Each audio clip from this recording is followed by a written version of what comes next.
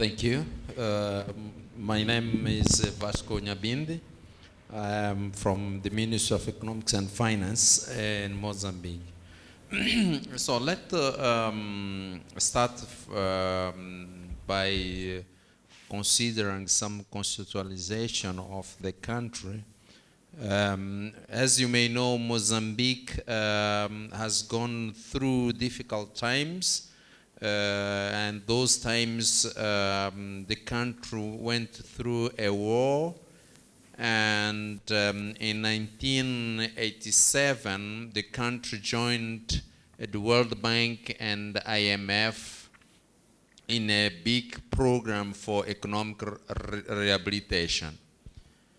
In 1992, it signed the peace agreement, and 1994 the country went to the first election, democratic election, and it had the peak of inflation in 1993, where we had 75% of inflation, and immediately after the election, we started now with the program of effectively rehabilitating our country after the war and all these kind of things.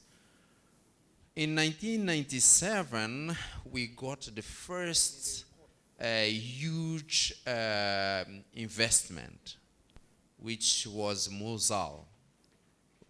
And it was valued by then for $2 billion. And that investment came through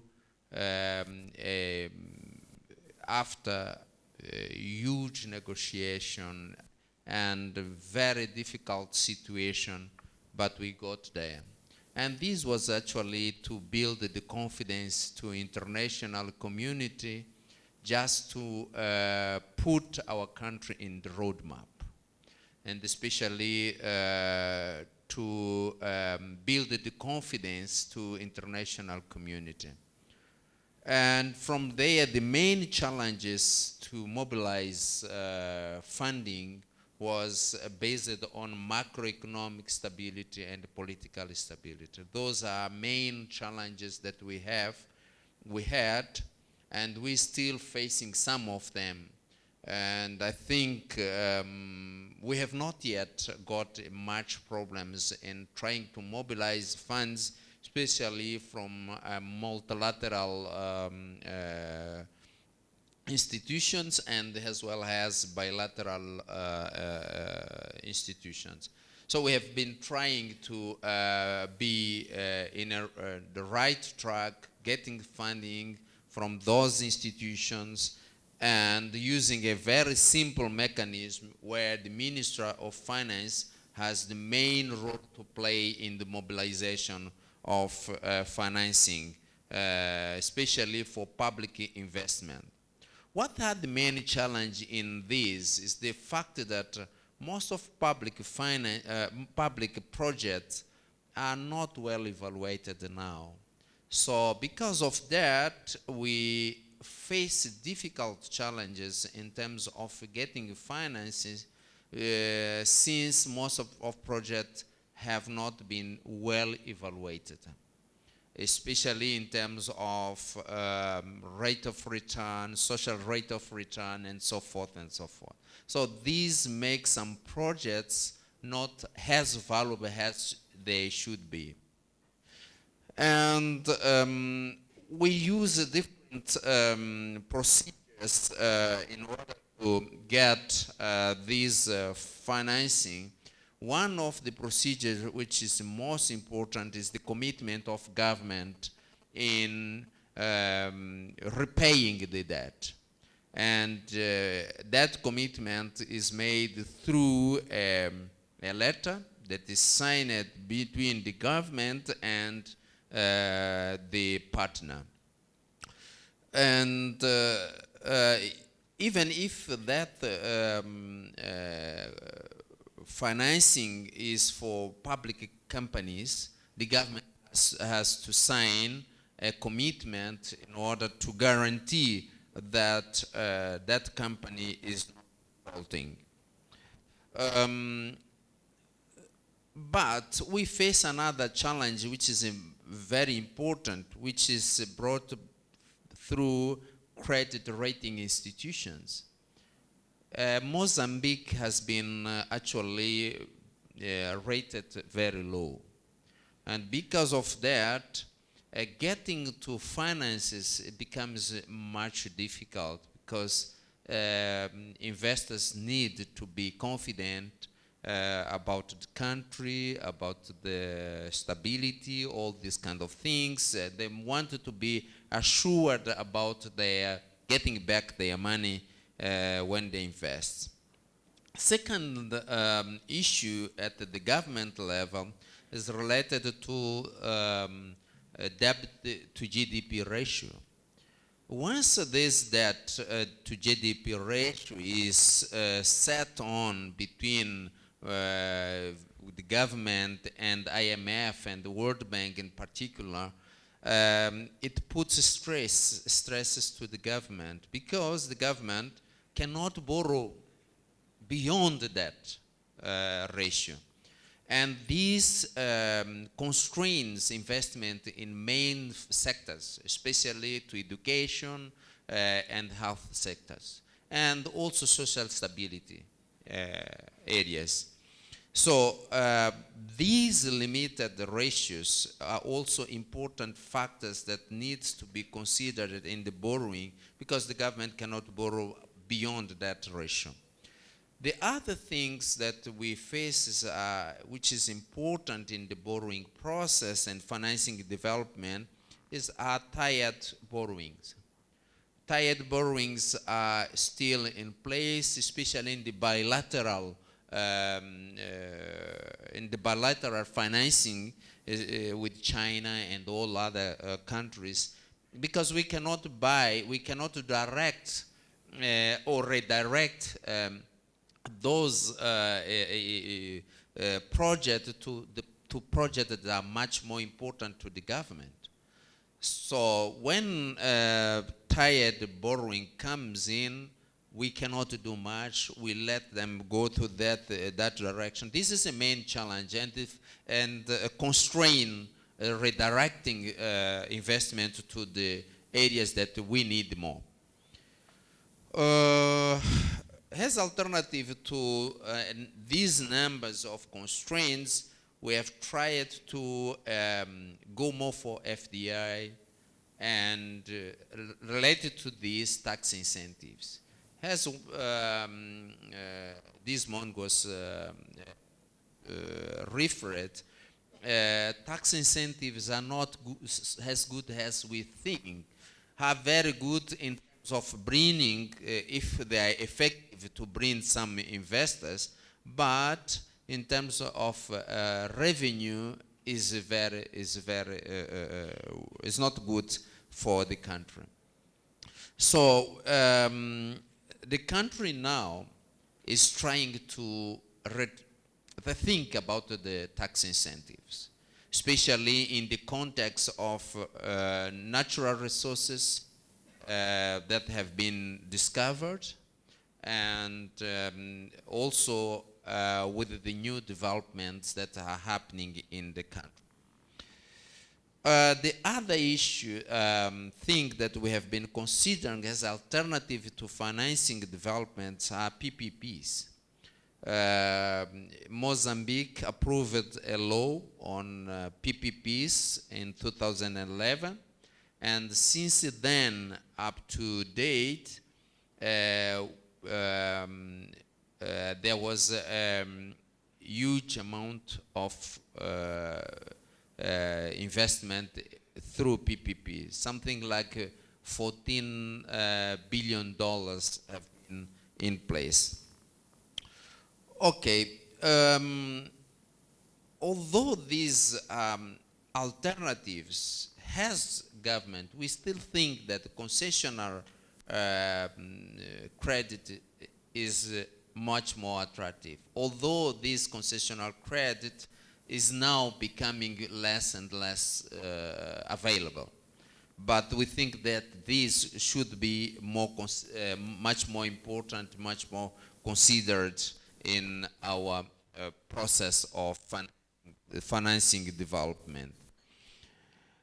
And also, as I was trying to say before, is that the emergence of natural resources is another significant source of investment flow to Mozambique. But what we need is to use this flow to internalize and have more investment in social sectors that we need to support the development, especially in rural areas where much more people are living, around 70% of the population living in that area, and also considering vulnerable groups like children and old age people.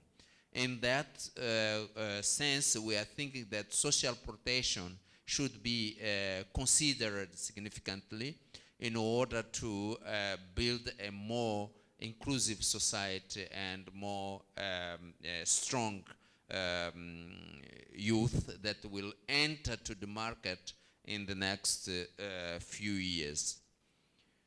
The last important question to be answered and in the process of financing is the public sector. Public sector needs to be reformed in order to bring the efficiency that is needed. As we may know, one of the things is that almost 11% of the state budget is on salary pay. 11% of GDP. So around 11% of GDP is a salary pay, which is a very huge amount to consider to the public. The following issue related to reforming the public sector is the challenge to bring all the partners to the state budget instead of having different programs that each partner wants to finance. We would like there to have them in the same account, in the same budget, in order to prioritize what are the development issues that the country faces. So, in general, we will be more able to control, we will be more able to direct, to consider different alternatives of development for different sectors that are priority in the country, especially infrastructures and education and health. Thank you. Thank you very much, Mr. Nyambid. So the second person who was not with us in the role playing, Professor Mkenda, who was formerly in the university in Tanzania, who is now Director General in the Finance Ministry, and same questions. What are your big problems? What are your proposed solutions?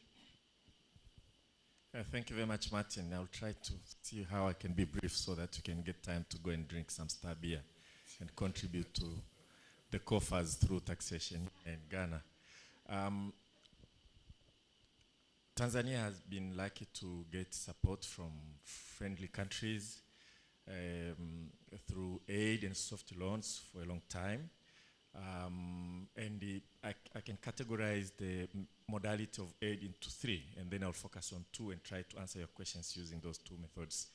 One is soft loans, the second is through what we call either project support or basket funding, and the third is through general budget support. So I'll focus on basket and project support and the general budget support and try to highlight the problems and highlight other fewer issues related to this kind of support. The first modality relates to friendly countries coming into the country and say, yes, we want to support a project in health, perhaps choosing an area where they want to support, geographical area or broadly a segment of the whole spectrum of health activities, or join with other donors into contributing into a fund that will support certain area, health sector, education, and so on and so forth, and proceed to support us. And I think this has been a long-time modality of foreign aid to Tanzania, in a way which it has been good, particularly to donor, because it's very easy to show back to taxpayers' money that we have supported this, we have built this hospital, you have it in a picture, it's the money direct from certain countries, and when we put foundation stone, you find the names there, this is support from so and so country, led by maybe the ambassador or high commissioner or even the local politicians, but still with significant recognition of the donor. In certain ways, that helps in terms of accounting the money that taxpayers in developing countries contributed to support our people in our country. And also at the same time, donors feel they have a little bit more say in terms of micromanaging the process. You get to look at the project itself. You can establish your own accounting system. You have several meetings. You sit around at the table and discuss how the project is going on. You conduct evaluation and you prepare a report, and that looks quite fine. And in a way, on our part, we also benefit from the technical skills of personnel from the donor countries who participate in this kind of support. The only problem on our part is, first of all, it increases transaction cost. If you are sitting in the Ministry of Finance, everybody will want you to be in a meeting that deals with the projects. You have to move from health, one project by donor A, another donor B, another donor C, another donor to Z, and then in health, and then education, and then water, and so on and so forth. And it increases transaction costs also, in the sense that sometimes even reporting system, accounting system, even sometimes demand that you have to open a separate account to manage, and this brings a whole gamut of issues that needs to be managed. And because of transaction costs, it becomes a little bit, some kind of fatigue on the part of recipient. You find you spend more time receiving people who are supporting you and discussing projects and discussing micro details, which perhaps you could have spent better time doing with other issues. So because of that, Tanzania became one of the countries that initiated efforts to try to streamline efforts from donor countries by introducing what you call joint assistance strategy, and then join a process where I think Mozambique is the same. We have general budget support. Now, this is the second modality. So I think for the first one, I've highlighted problem and answers in my exam. I think I will get 100% in that question. So the second one is general budget support. Now, general budget support is where the donors say, yes, we think your financial system is working. There's a system of accountability. You have parliamentary oversight committee, and then you have national priorities that you have identified through democratic process in your own countries. What you're going to do is to sit on the table with you, tell us what you have agreed through your own democratic process, and then we see this, and then we say we are going to support your budget as long as we get to sit regularly together. We look at whether you're actually following priorities that you chose, priority of your own choosing.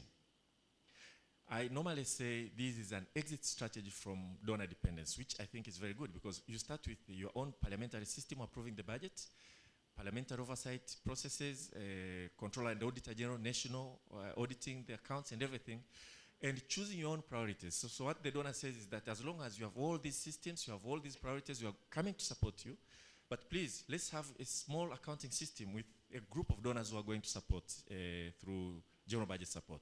You're not going to deal with individual countries. We'll come as a team, we sit on the table, we always look at your priorities, you look at how you execute your budget, we'll ask for information, you share with us. Now, that process has less transaction cost because you meet once with all the donors. And then you can always rope in sectoral ministries to come and explain a little bit whether what was put in the budget is actually being executed. We use the same auditing system, national auditing system, to show what is happening and so on. So Tanzania has been in this GBS, we call General Budget Support, for some times, in a way actually going by the evaluation that was conducted jointly with external auditors and some internal consultants. It has been quite successful. Now, the problem with these to donors is that it's like you are putting money in a huge ocean. You cannot trace it where it goes. I mean, you just go back to your taxpayers, people, and say, we supported Tanzania with this amount, 5% of the budget. So what exactly do you support? There's no foundation stone. There's no ceremonial laying of opening the building, cutting the tape, and you have no flagship to go and show people what you are doing. To us, this is very good. But the problem with us, we started to experience recently, is that although we agree with the framework on how to monitor, to evaluate the performance and move forward, events that may take place can still affect the flow of resources and make budgetary execution quite unpredictable.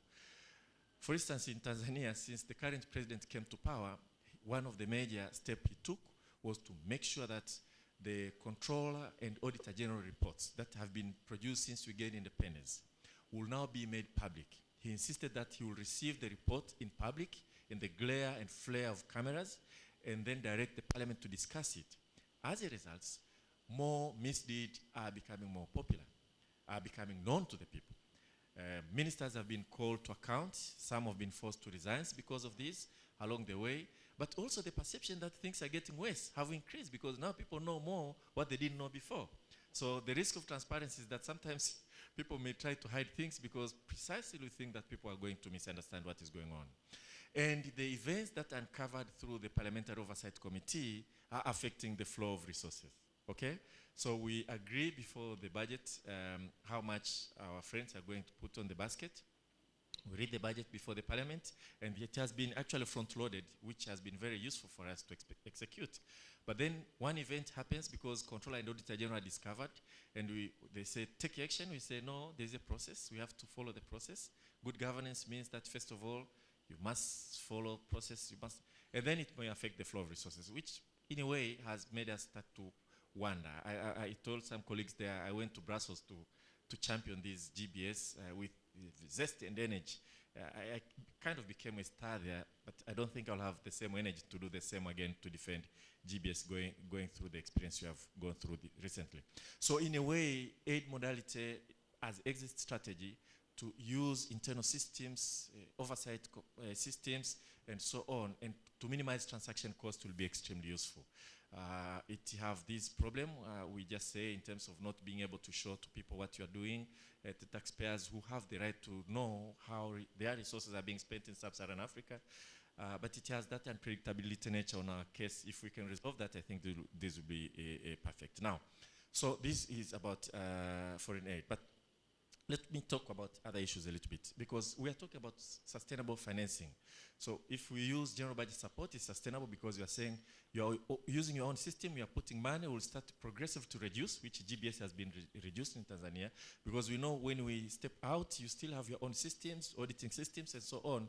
You're not going to be left with the offices that have been created particularly to deal with donor A, another office with donor B, another office with donor C, but you're going to have the same offices that are running affairs in your own countries.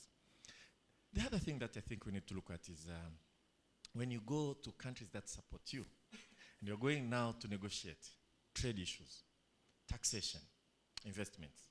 And let me talk about taxations, which I head negotiations for elimination of double taxations on behalf of the government of Tanzania.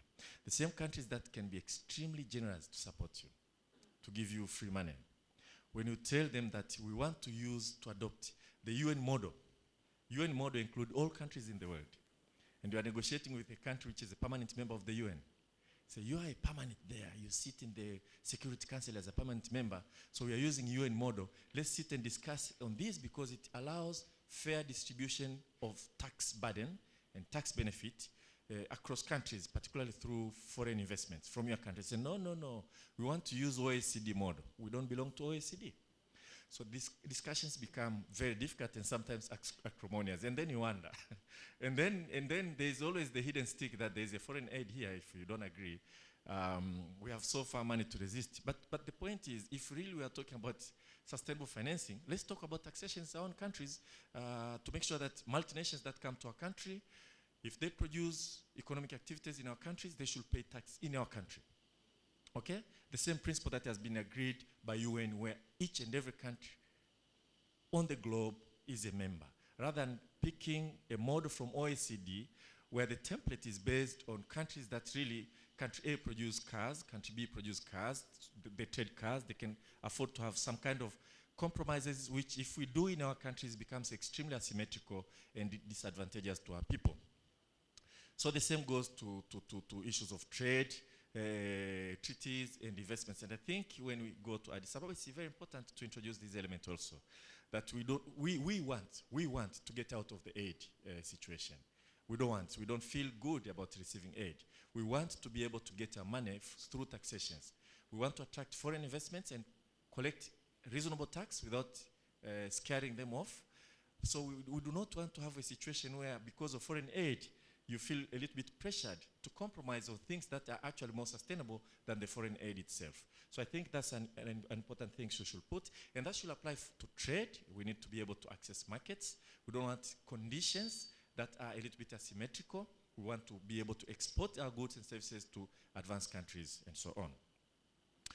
The other thing is about illicit financing. It has been spoken in the morning, so maybe I should not repeat it, but I think it's something we should put it there. Maybe in terms of domestic resource mobilization, and this morning I think somebody talked very well about the importance of taxations, not only in terms of revenue, but in terms of redistribution in the country, directing economic efforts. But one thing that was not spoken about is that taxation is a tool for democracy. When people pay their taxes, they demand accountability from those who are in power. So any system, any foreign arrangement that discourages countries from collecting their own taxes is an arrangement that undermines democracy from our people. In Tanzania, after we rebased our GDP, we all discovered that we had a bigger cake, but we feel like the amount of cake we eat is the same, but GDP has increased by 30% and more, and we see the tax effort is only 12% of the GDP, so we have scope to increase. So we hope our partners, as we collaborate, will help us to increase. I promise to be short, but I can see the chairman is picking the mic, so I better stop here. Thank you very much. Thank you very much, Mr. Mkenda. And especially for reminding us that this isn't just about international public financiers providing money, it's about the other policies that they need to abide by from Addis as well.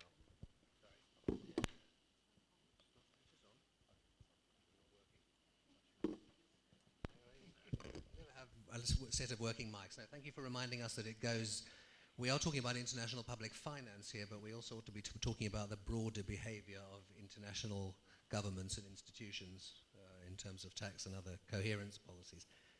Magda Appenting from Ghana, who is Director for Investment in the Ministry of Finance. What are your big problems? You've got 20 years of dealing with aid and debt and now with investment and private financing. So what are the big problems with international public finance from your point of view?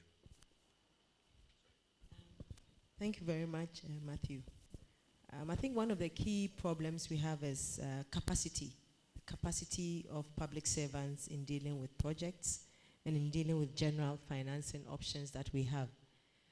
Basically, we've had problems, especially when we come to public investment. That's what I'm on now, and therefore I can conveniently talk about. In terms of project preparation, and project management, contract management, we have several challenges, and I would like to see a lot of capacity building activities that should be coming from international donors, financiers. And the next issue is how to sustain the capacity that is built. And more often than not, with public servants, we are not very well resourced and remunerated. And therefore, when you train them, normally they leave to the private sector. If it's in the same economy, that's fine. But when they leave the country, then you also you lose the resources entirely. So I think we need to link the capacity building activities and find sustainable means of ensuring that the capacity is still remains in the country and actually goes to achieve what is expected. Again, what we realize is that because of the capacity, most of the time it's very difficult to have disbursements done. In Ghana, we normally have lots of funds and we are not even able to disburse what we want to disburse, partially because at times some of these funding requires counterpart funding, and these are not adequately made available in the budget, and therefore the financing that comes with it normally it does not flow. Again, we're also looking at available funding mechanisms, whether they are well structured or they are not enough. Now, Ghana is now a lower middle income country, but we've just started, and therefore we realize that we cannot just move to that upper band immediately. We need to start, crawling before we actually walk. And therefore, we have to look at the purse that we have, look at the various mechanisms in terms of the type of funding that we get. I don't think we can jump straight to non-concessional funding altogether, and we would like to have some hand-holding and ensure that concessional funding is provided over a period of time till we gradually get out of the activity of having less concessional, less concessional funding. Now again, when I look at the big picture, most of the time we have financiers providing different kinds of funding. Some are small, some are big, but how do we put them together?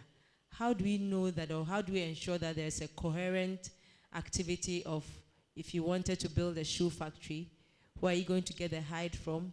Where are you getting the materials from? What is the linkage? What is the chain that flows from one activity to the other? One donor may be funding one activity, another may be funding another activity, but what is the coherence? It's important to look at the big picture and to get all these activities well synchronized. Again, capacity building comes in here when you have somebody or capacity that really understands what you want to achieve as a nation and what the strategic goal and aims are. The next issue is the issue we have about our state-owned enterprises. These state-owned enterprises, most of them in Ghana have been turned into companies, but some of them mostly depend on government and actually take a lot of the revenues that government derives from taxation. For instance, we have our electricity company of Ghana. Now we have an energy crisis, and we're trying to get a lot of independent power producers to come on board. All of them want consent agreements, support agreements from government.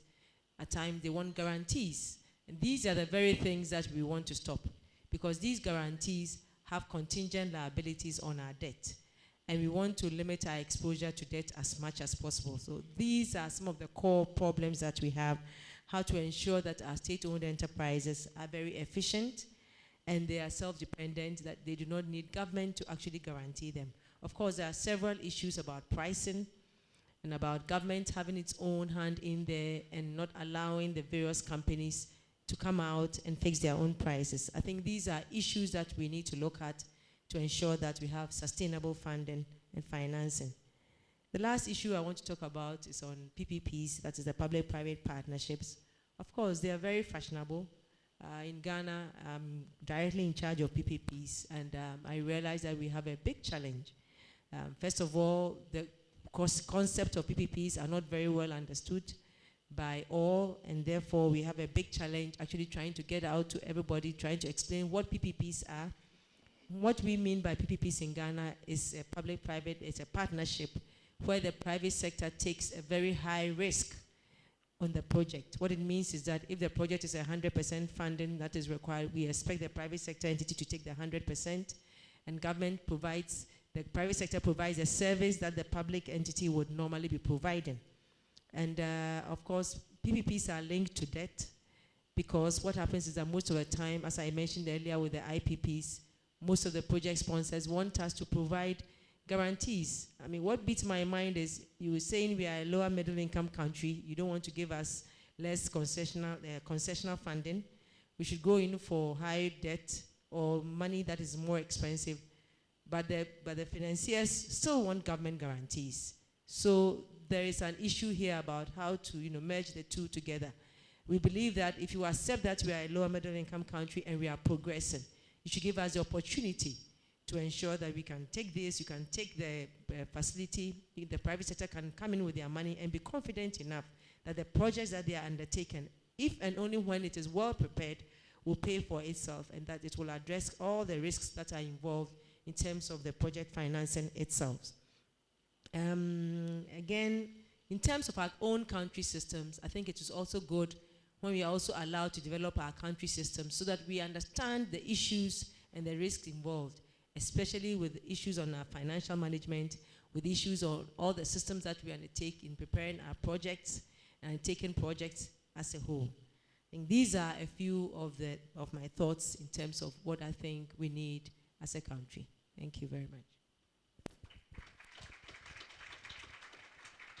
Thank you, Magda. I've found over 20 years of working with officials in governments that when you ask them what are the problems they want solving, a very large amount of the focus, which I think is really good, is on the problems that they have with their own procedures and their own governments and their own institutions, which is great because I think it highlights the huge investment in public financial management there's been over the years, and yet there are still new challenges and new things that require really strong investment in capacity building, whether it's on the tax side, whether it's on the project preparation side, whether it's in relation to PPPs. And we need to bear that in mind as one of the major means of implementation going forward for the SDGs as well.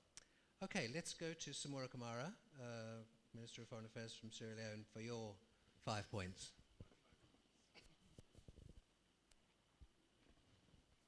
Thank you. I think point number one, we must accept the fact that there has been a lot of improvement in the donor-recipient country relationship over the last decade or so, especially in terms of aid effectiveness principles, which all of us have signed into. The Paris Declaration, the Accra Plan of Action, now we have the G7 plus New Deal principles. There is mutual accountability. So there is a lot of improvement. So going forward with the SDGs, we have to build on that. There are still, notwithstanding, remaining challenges. But we must accept the fact that there are 4 or 5 overarching objectives in all of this.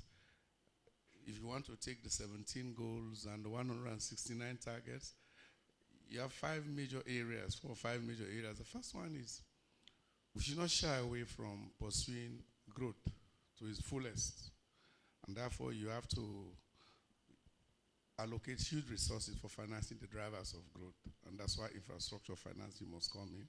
Special instruments have to be articulated and designed to be able to finance infrastructure. It has to be a mix. You won't get that from ODA funding, so you have to have a good blend of financing resources to finance that. The next one is, of course, that growth has to be inclusive, it has to be green. Then you have poverty eradication. This is why you need soft funding. You need food security, inequality. The Gini coefficient in many countries in the world, especially in developing countries, is still worth examining.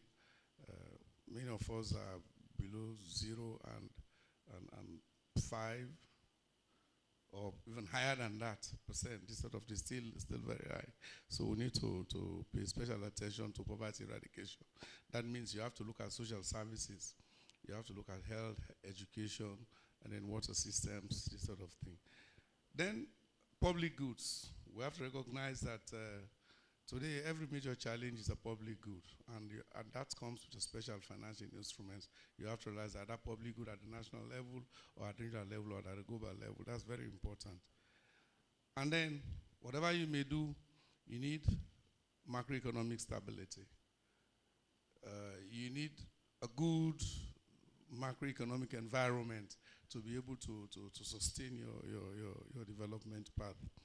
Now, having said that, there are still some areas that you may want to push when going forward. And that is, we need smart multi-stakeholder partnerships. It is not about one individual anymore. And in that,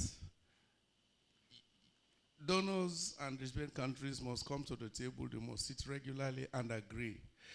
We have to rebalance the aid architecture power. It's not about the donor overpowering the recipient country. There has to be mutual respect, mutual understanding, and able to move forward. Because there are systemic implications in the failure of countries. And this is why today, going forward, Africa, the AU is setting a bright example. And in Addis Ababa, I think it has to be mentioned that the AU is probably one of the first continental region to have a vision, The 2063 vision has been clearly defined, and there are AU Pan-African financing institutions. If you mobilize all of these, the African Development Bank, Afrexim Bank, the African Finance Corporation, if you mobilize all of these institutions, including EBIT, I think you will find a way how you can leverage other sources of financing outside Africa. But having said that also, intra-African investment is also rising, it's also growing. You have a lot of Africans today, African companies, individuals, who are really investing in Africa, and that is very promising. I think we need to move in so that there are trust funds. People who have trust funds in Africa, they are putting into development, the Dangotes of this world. They're there. I think we just need to mobilize them and make them understand that there is a positive nexus between profit making and pursuing development goals. Because if a country develops, then give the country, the individuals, the earning capacity to buy your goods, the goods you produce or the services you produce. I think we need that type of clear understanding. Policy coherence and cooperation at the international level. This is very important, and we have to push that in Addis Ababa. There is no way you can pursue the SDGs if some countries are going this way, other countries are going that way. There must be some coherence, and that we'll be able to move forward. We talk about innovative financing. There are limitations. We must make sure that whatever innovative financing instrument or policy is designed, it has to be realistic. Some of them are unrealistic, and we have seen a lot of them and they've never worked. The AU came up with a financing model trying to finance the AU itself.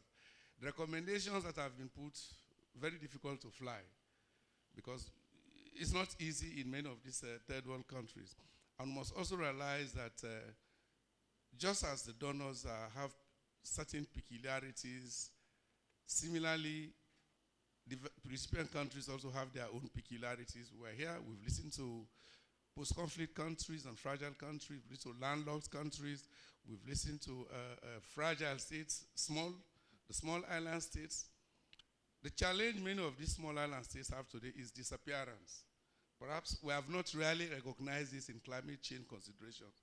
When you talk to people from the Seychelles, their greatest scare is that the island is dissipating, it's going down. And I think we should start doing contingency funding for this type of activities. Comprehensiveness, as I said earlier, we need to break this down. But more importantly, multi-stakeholder partnership is important. Universality in the way we approach this policy. But I agree with my colleagues. Capacity building is very important. If you don't build capacity, it will be very difficult to move forward. And we should not shy away. Corruption is very important, because this is what lays the basis that gives the confidence for donors to come out cleanly and then support us. So I think some of these, we have to be very bold, very brave, and come out in Addis Ababa moving forward. Thank you. Thank you. Two left, and I'll encourage them to be as brief as possible, because then we can have about half an hour of discussion. So, Adelino, former Minister of Finance from Sao Tomé. Yes. Thank you. I will try to speak in English if there is some question I can clarify.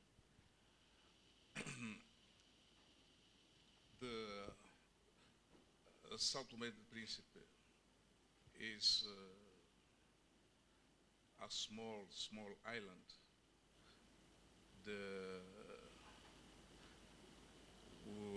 With some difficult. We begin by the difficult to maintain the stability of good macroeconomic environment. We Sao Tomé and Príncipe, after democratic election in 1991, since then until today, there is a regular election, even sometime without or with some political instability.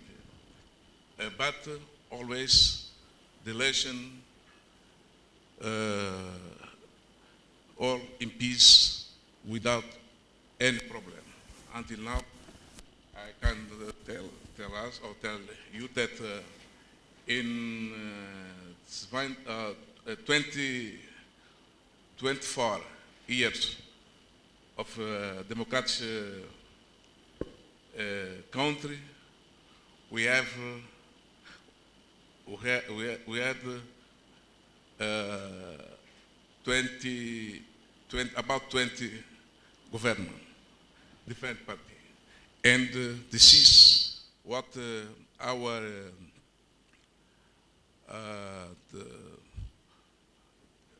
the peace. It's how Tomé Príncipe is a reality, and this is our challenge is to maintain the peace. And about macroeconomic situation, we can say that today the highest inflation we have in 1996 about 80%, and 5 years ago it was 27%, and today is below 6%. This is our aim. Our goal is our challenge is to have the inflation below 5%, and the fiscal primary deficit 5 years ago we have about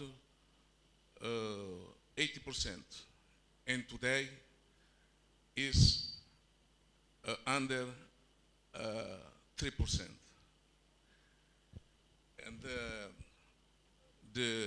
our main goal is to maintain our debt fiscal below 3%. And I inform us this because we have our difficulty. We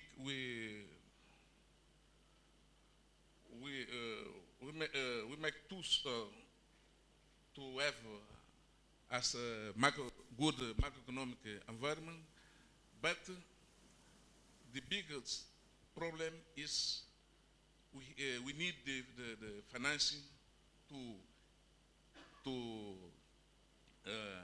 infrastructure to develop the country, and it is after we have after debt relief that we become in 2006. The multilateral, the most party of our debt, it was multilateral. But now, after the debt relief, now we have more bilateral debt, and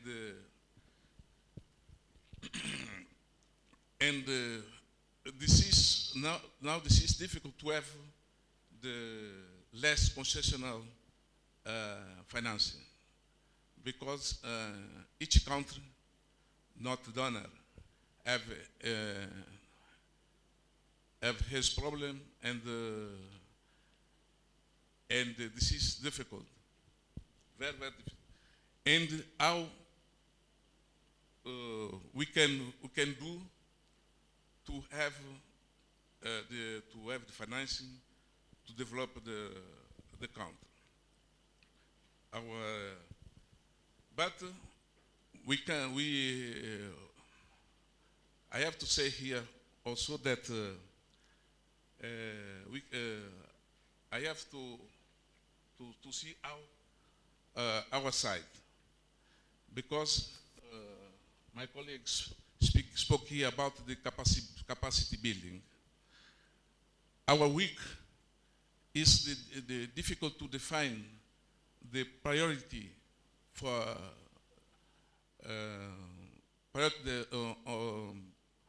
of projects. Even the capacity to evaluation the financing, capacity to negotiate. This is not. This is our week. This is the capacity to negotiate the different financing, even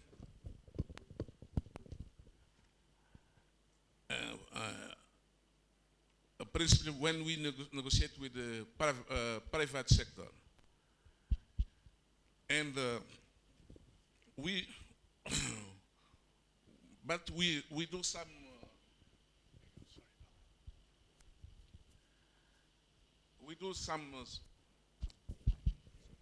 improve in case to permit to have to better negotiate with our partner to find financing. The government approve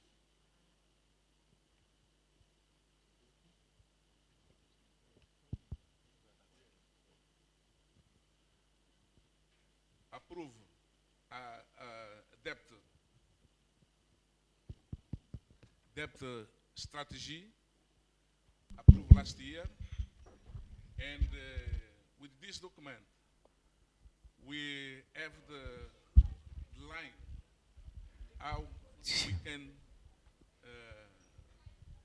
we can go to when we look for the financing. And this also with this document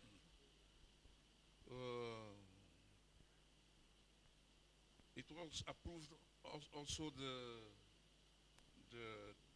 law for bond treasure of bond treasure.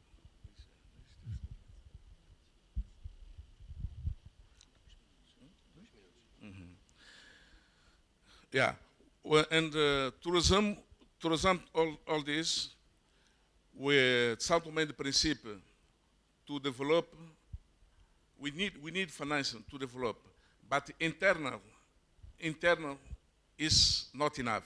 To find the resource internal, it's not enough. Even we make the reform done in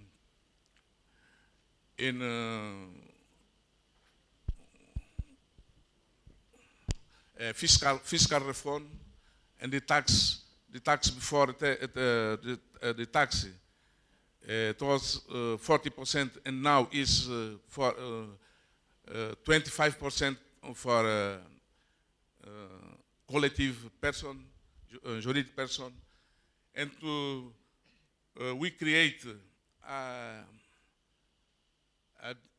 guichet unique to accelerate to permit that the investor can in few days create an enterprise. Before to create an enterprise in São Tomé, we need about more than 120 days, and today in 3 days you can have an enterprise. And the government will look, is now in discuss a document for PPP. But what I say, all this document, we elaborate this document with the head of Technical Assistance International. But the problem is intern. We have to create the capacity to move. Without the capacity intern, I say it is difficult to develop our country. Capacity is priority for us. Thank you. Okay. Dernièrement, je vais passer la parole à... Real fun with microphones. On va passer la parole à Madame Kabore, qui est directrice de la coordination des aides au Burkina Faso. D'accord, merci bien. Merci. Donc, à l'instar de mes prédécesseurs, je vais essayer en tout cas de donner quelques éléments, en tout cas, de mon point de vue. Il faut dire que le Burkina, comme il faut le dire, dans le cadre de son processus de développement, donc, a adopté en 2010 une stratégie nationale de développement qui est dénommée la stratégie de croissance accélérée et de développement durable. Et donc, pour pouvoir financer cette stratégie-là, donc, elle a plus ou moins élaboré une stratégie de mobilisation des ressources et qui met bien sûr l'accent sur les ressources internes, puisque cette stratégie de développement doit être financée à hauteur de presque de 64% par les ressources internes.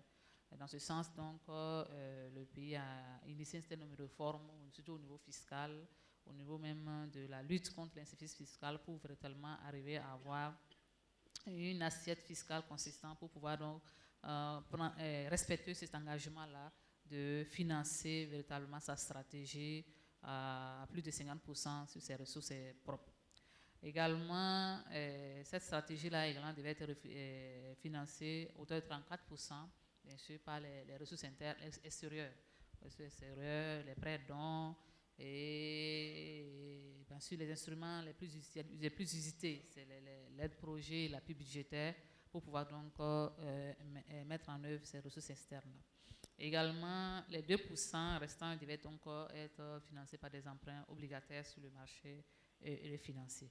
Il faut également dire que dans cette stratégie de mobilisation, la stratégie dans son essence a également voulu donc que le secteur privé également puisse contribuer donc au processus de développement. Dans ce sens, donc, on a essayé en tout cas d'emprunter, en tout cas de voir avec, de regarder un peu l'expérience des autres pays pour la mise en place d'un partenariat privé au niveau du pays. Dans ce sens-là, donc, il y a une direction qui a été créée, une direction de partenariat privé au niveau du ministère pour pouvoir donc mener ce mécanisme à terme. On a donc élaboré une stratégie de PPP. Également, tout dernièrement, il y a un programme PPP qui a été également adopté dans ce sens-là. Il faut dire que c'est depuis 2010 que cette stratégie a été adoptée. C'est pour dire que comme on appelle même, toute la sécurité que bien sûr le gouvernement veut encadrer donc ce mécanisme, vu l'excellence donc des PPP ailleurs, c'est de vraiment mettre tous les garde-fous pour pouvoir donc arriver à ce que ce mécanisme-là puisse véritablement bien se dérouler. Donc pour l'instant, il y a 6 projets pilotes qui ont été plus ou moins déterminés et qui pourront donc faire l'objet de PPP. Donc nous sommes donc à cette étape-là. Maintenant, concernant plus ou moins donc de manière globale les difficultés qu'on est liées donc à ces mobilisations de ressources, comme je disais tantôt, les ressources internes, c'est véritablement les réformes au niveau fiscal qui sont en train d'être menées par le pays pour pouvoir donc arriver véritablement à avoir des ressources propres satisfaisantes pour pouvoir donc financer cette stratégie-là. Maintenant, au niveau donc des autres ressources, comme on l'a déjà dit, surtout des ressources extérieures, les difficultés majeures, bien sûr, comme on l'a relevé d'ailleurs la séance de jeu de rôle, c'est l'insuffisance des ressources allouées. Et il faut dire que, comme on l'a déjà dit, les besoins, bien sûr, sont identifiés avec un financement bien déterminé. Maintenant, quand on fait appel donc aux partenaires, il se trouve que leur appui, leurs accompagnements est un peu mitigé. Ce qui fait que la plupart des projets, programmes dans lesquels, qui sont en tout cas mis en œuvre au niveau du Burkina, l'État en tant que tel contribue à une partie de notre... le terme à utiliser, c'est la contrepartie. On parle plus souvent de contrepartie, mais la plupart des projets, des programmes, l'État a eu, en tout cas, essaie plus ou moins de contribuer et maintenant faire appel encore à d'autres sources si jamais ces financements-là n'arrivent pas donc à combler les besoins véritablement identifiés. Ensuite, l'une des difficultés majeures également, c'est la prévisibilité de cette aide-là. Étant donné que cette prévisibilité-là, en tout cas à terme, devait nous permettre en tout cas de mieux planifier, de mieux programmer nos ressources, même au niveau même du budget de l'État pour une meilleure mise en œuvre. Bon, on se rend compte que la prévisibilité véritablement ne suit pas, étant donné que, au moment donc de débourser peut-être les montants, on se trouve que soit c'est des montants en deçà de ce qui a été prévu, ou bien ça vient en contre-goutte. Tout cela donc à terme, on n'atteint pas bien sûr à mettre à... Tout cela, bien sûr, ne permet pas, en tout cas, une certaine efficacité de ces ressources-là. Donc, ce qu'on fait au niveau de notre pays, c'est véritablement essayer de les sensibiliser davantage. On a essayé, en tout cas, pour pouvoir remédier à cela, mettre en place un cadre de programmation avec les partenaires pour qu'ils, en tout cas, nous donnent les formations véritablement fiables sur leurs prévisions sur les 3 années. Bon, il y a certains partenaires, en tout cas, qui arrivent à suivre, qui nous fournissent ces informations et qui essaient plus ou moins de les suivre. D'autres, bien sûr, sont toujours... en deçà de nos attentes.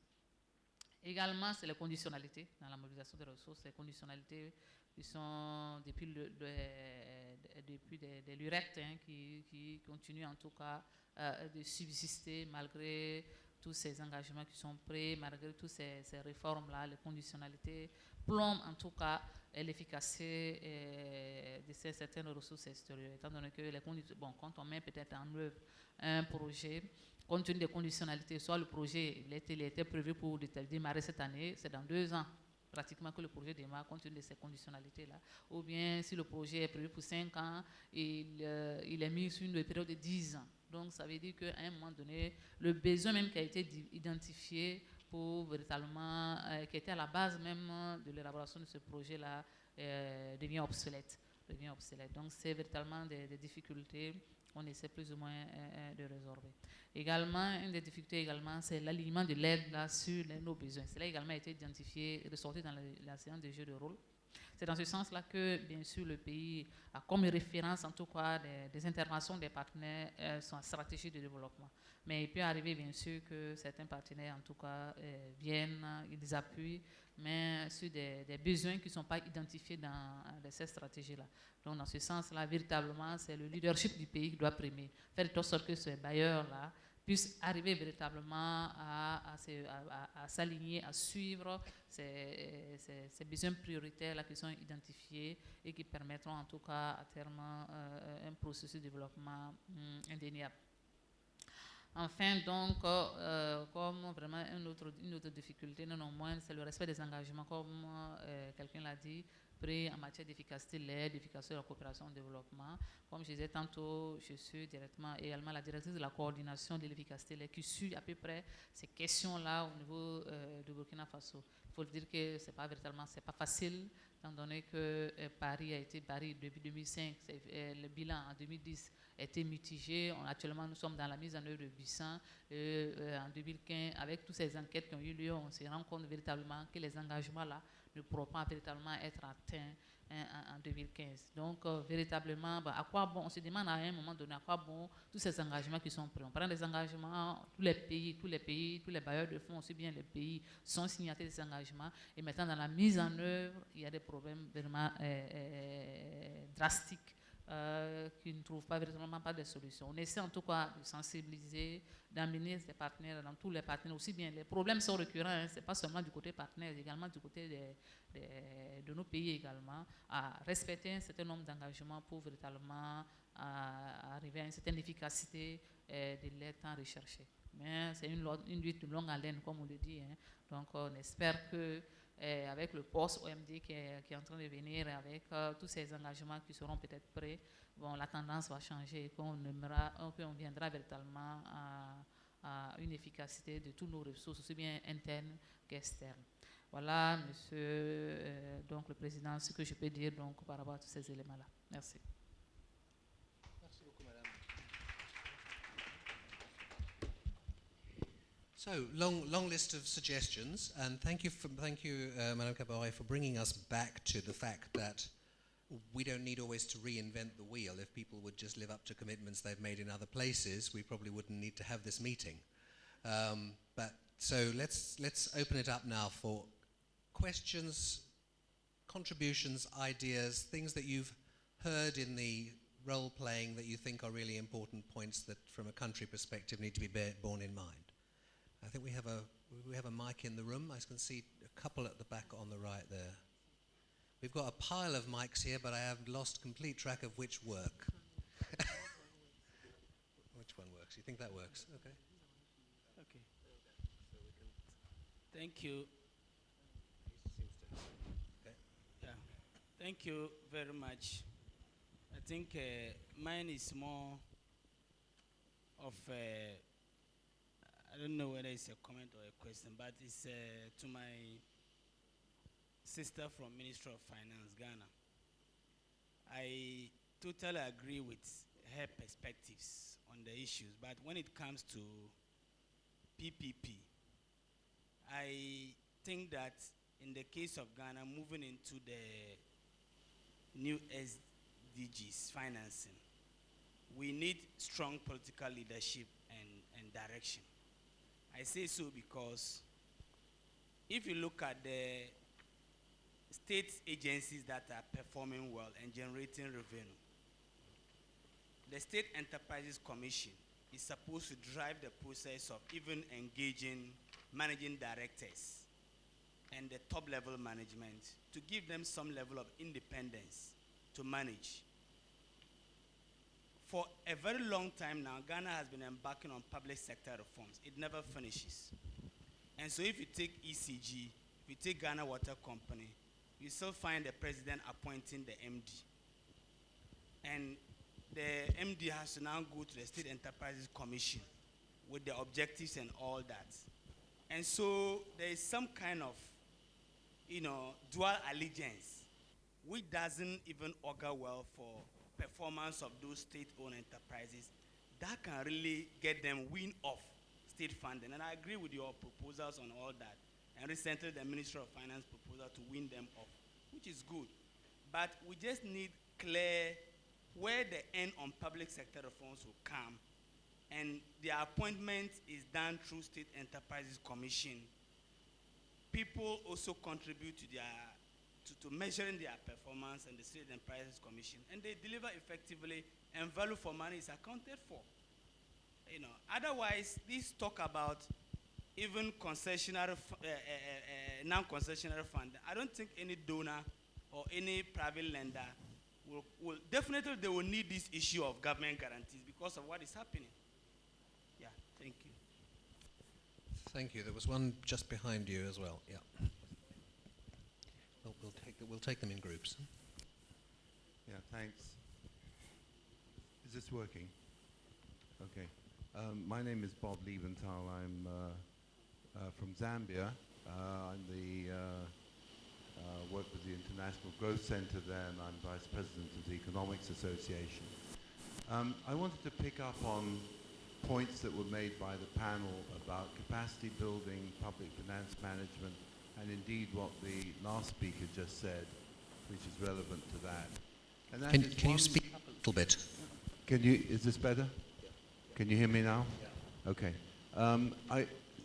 One dimension which I feel is missing here is that of politics. And I don't mean that in a pejorative sense. I know there's a tendency amongst technocrats to say that politics is a bad thing and there shouldn't be political interference.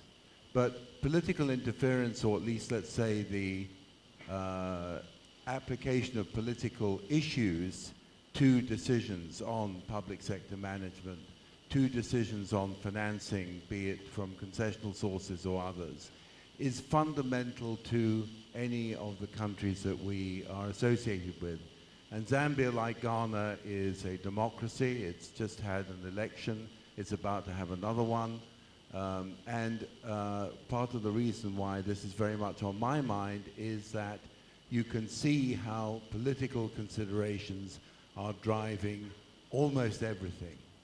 And the challenge then, when it comes to building capacity in the public sector to manage and to take decisions and so forth, is to get the right balance between very short-term, very strong political imperatives, which are there and which are inevitable and which we can't forget about, and those issues which were so well articulated by the panel of how to improve investment selection, how to balance out different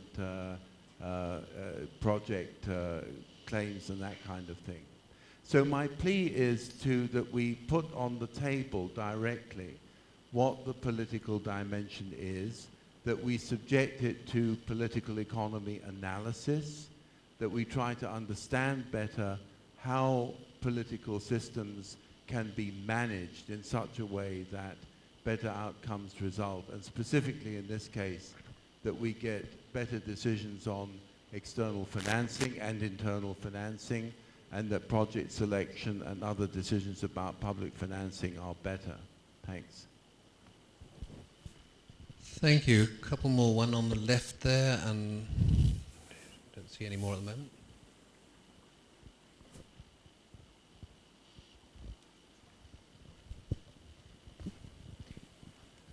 Good afternoon. My name's Rupert Simons from Publish What You Fund.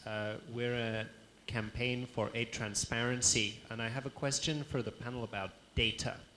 You've spoken about the growing diversity of development flows, both public and private, and the challenge that poses you in managing them. The organization I lead campaigns for better data to be made available for development, particularly we call on donors to live up to their commitments to publish their aid information in an open standard format. So my question is, what data are you still missing on development, and what would you like me to campaign for so that you can get the data that you're missing? Thank you. Thank you. Any more at the moment, or shall we have a first round of replies? Is there one at the back on the right?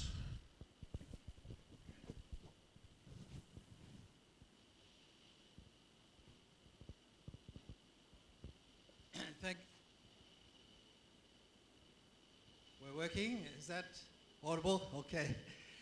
Can I just mention a few words that I heard out of this discussion that I think are very important in these months ahead? One is ambition. Because we're hearing from the panel that they want to get beyond the phase of being aid recipients. They want trade. They want access to financial markets, foreign direct investment.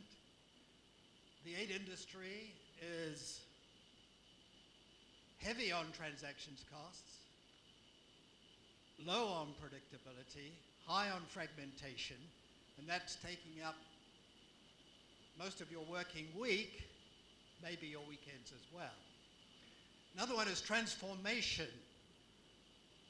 You have the ambition to transform your economies, the structure of your economies. And the other word is leadership, because I think these three words together are the only solutions to getting out of a very complex system with multiple players doing little things here, there, and everywhere.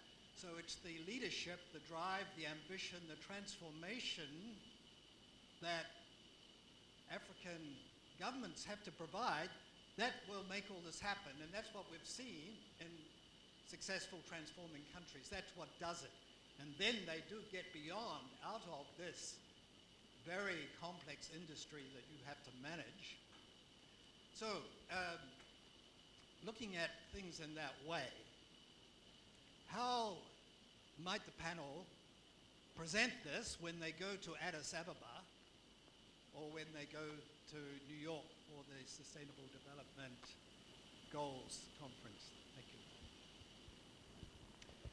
Okay, some interesting questions. We'll take a first round of replies. Can I just ask you that on the data question to limit yourself to data on international public finance, not the whole gamut of data related to development, or we could be here all day. So I'm sure you have massive data needs. Who would like to offer to answer what questions? Not everybody has to answer. I see some more.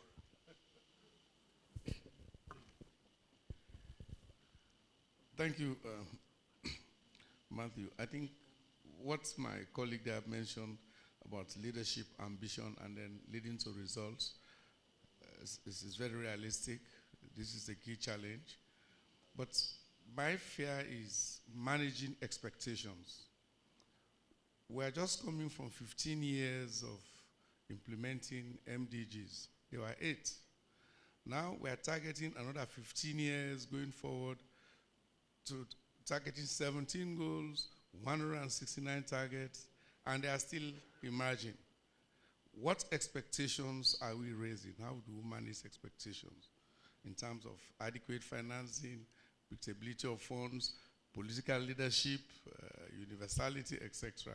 And that's political economy, political dimensions. That's the greatest challenge I think we have.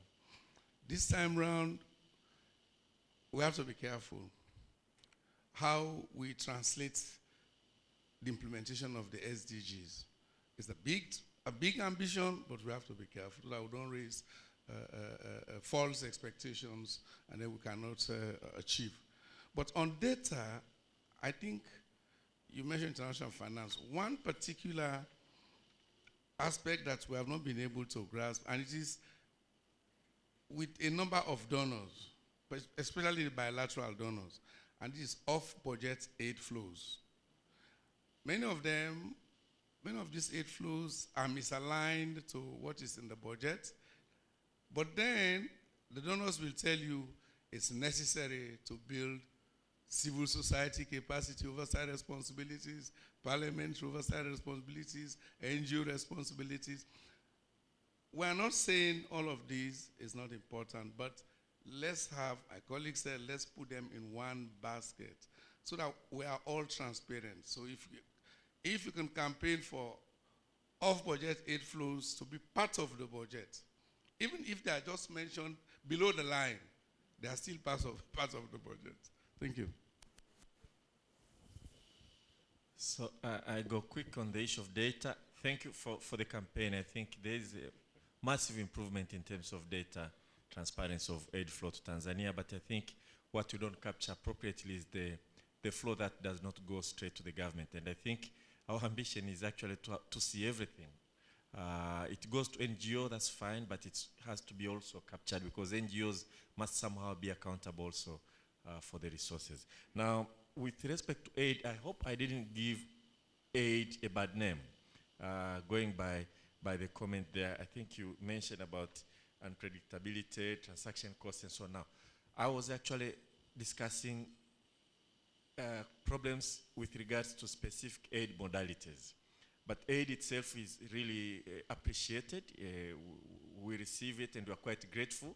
And we remain ambitious because I believe the partners who support us also want us to be ambitious to use aid as a transition to dependence. So I did talk about general budget support of having less transaction cost, less fragmented. But in Tanzania recently, these fiscal years, we have seen it becoming a little bit less predictable because it appears to be event-driven. Now, we try to disclose as much as possible. Parliamentary discussions is public and so on and so forth. And we are very happy and proud to see issues being raised up by the parliament. Some of those are not very good. But if an issue is raised and if it immediately affects the flow of funds to GBS, that becomes unpredictable. And in the treasury, that's what you don't really want. But I am not trying to paint aid in any bad color because I just take aid as a dimension of human solidarity where people from other countries are supporting others. Now, I think what we should take in Addis Ababa, for instance, if we go with general budget support with predictability, I think that will be good. But the other thing is very important is about the issues of taxation, investment, and trade. We should see that as the way of getting out of aid dependence and go back to normal commercial relationship between countries. But when we discuss about these issues, it's a hard-nosed commerce. When it comes to aid, it's solidarity and humanity. And I think we should bring that aspect of solidarity that drives foreign aid into issues of trade, taxation. I'm talking taxation both in terms of bilateral agreement on elimination of double taxation, but also in terms of disclosing more information about multinations that try to hide taxes and so on. So we believe that will be an important dimension of ensuring there is enough resources in developing countries. Thank you very much. Anybody on this side? Thank you. Rob, to have raised the issue of politics. Sometimes politics play a fundamental role in capacity building, or redirecting the investment to certain areas and so forth. And this, sometimes in most African countries, is difficult to manage because politicians wants to have the power in their own and the control for some areas and so forth. So interference is a quite important issue to tackle, but we need to have some strong institutions with very capable people who can do their own job technically with strong parliament in principle that also can audit the activities of the government. But most of the time we find that the ruling parties are in power. The parliament is led sometimes or most of the time by the ruling power, the government in power and so forth.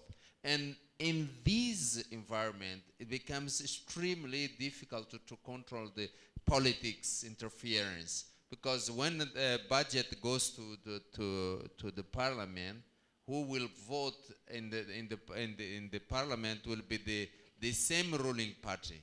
So it won't say no, this budget is not right, because the same party ruling is the same in the parliament. So we have problems here. In the hand, we have all these issues that are being raised here, issues related to leadership, issues related to structural transformation. We cannot have a structural transformation if projects are not well evaluated, because we will finance projects which are not really paying back themselves. So in the end, what are we doing? Are we getting a structural transformation? Sometimes no, or in most of the time no. So we need actually all these, I think, these set of issues to come together and tackle it together. Thank you.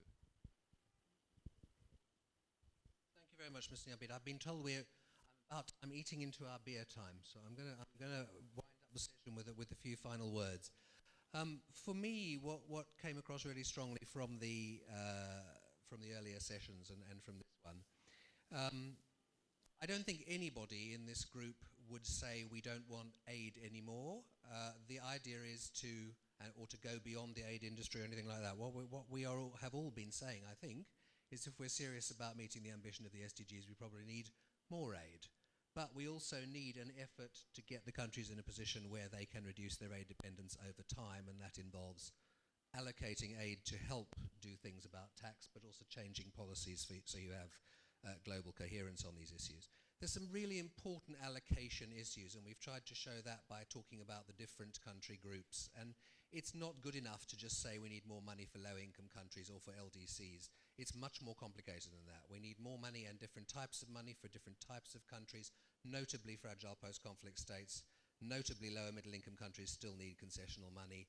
Notably, the countries that are not the donor darlings, but actually the donor orphans, and therefore suffer from having very few donors who tend to behave very badly because there isn't much competition in those countries.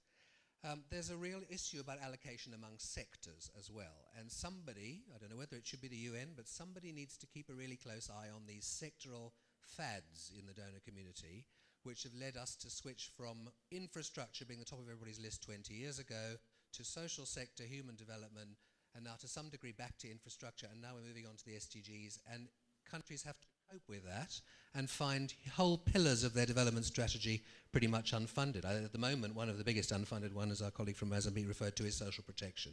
We're committing to fighting inequality, we're committing to social protection floors, hardly anybody's providing donor money for any of that. There's a real issue about shocks. We showed you various shocks that hit the countries. As they become more integrated into the global system, they face more shocks. And our current system for dealing with shocks is absolutely pathetic. The IMF and the other organizations mandated to do this have been starved of resources for years, and all the money comes with huge amounts of conditionality. And that doesn't work for the countries, regardless of the situations you're in. When you're hit by shocks, the money comes too little, too late, with far too much conditionality. It doesn't get you out of the shock, it forces you to adjust to the shock yourself. We've got to do something very serious about that. There's all the aid quality agenda, which I won't go back over in detail, but we heard so many things about that in detail, about GBS and country systems and so on.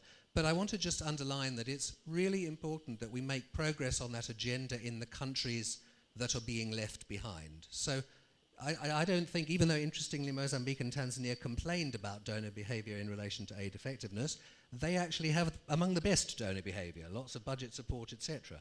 There are plenty of countries here, Sierra Leone, Sao Tomé, etc., who are getting much worse donor behavior, and there's been very little progress on the New Deal, which was set up for fragile states. I'm sure Samura could speak at length to that as a former chair of the G7+. So, you know, a lot of noise about New Deal and a lot of noise about progress on aid effectiveness, but actually the reports globally are not telling us that there is a lot of progress, and particularly there's not much progress in the countries that have the less good donors. I won't go into lots of other issues, but for me the final issue is about information.